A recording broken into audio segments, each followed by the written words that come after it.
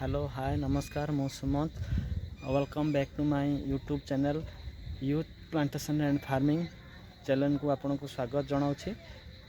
आज आपन कहवाक जाऊँगी गोटे भल भंडा गचरू आम केमती भल चारा टे प्रस्तुत करें। देखो गछ रू पाचिला पर एथरू आम मंजी बाहर करिकी गछ लगैले गछ मेल हम कि फीमेल हम कि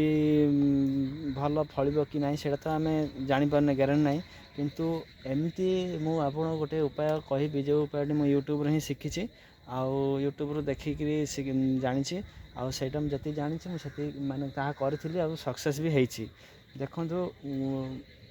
गोटे जो नड़ियार कतार गुंड आउ दौड़ी आउ किसी जरी साहाय्य में गोटे गछटी काटिकी से देखो गछटी काटिकी से चारा करने प्रस्तुत करी आ देखो से गोटे मस पर केमती चार चेर बाहरी जाइए आउ 4-5 दिन पर यही गछटी को एवं वर्षा चलती से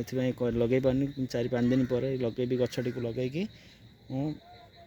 भल चारा टे प्रस्तुत करी आई चारा लगेवा द्वारा गचर जल्दी फल फली थाए आ कम समय फली थाए आपड़ जमती गचर चारा प्रस्तुत करते ये गचर भी सेमती से टाइम ही फल फल मु आपण को यही गछ चारा केमती प्रस्तुत कली सेटा नेक्स्ट वीडियो रे मोर मु आपन को जनइबी तार प्रैक्टिकल सह आपन को मु जनइबी। जदि आपन को यही वीडियोटी पसंद आसता है like and share and subscribe करंतु।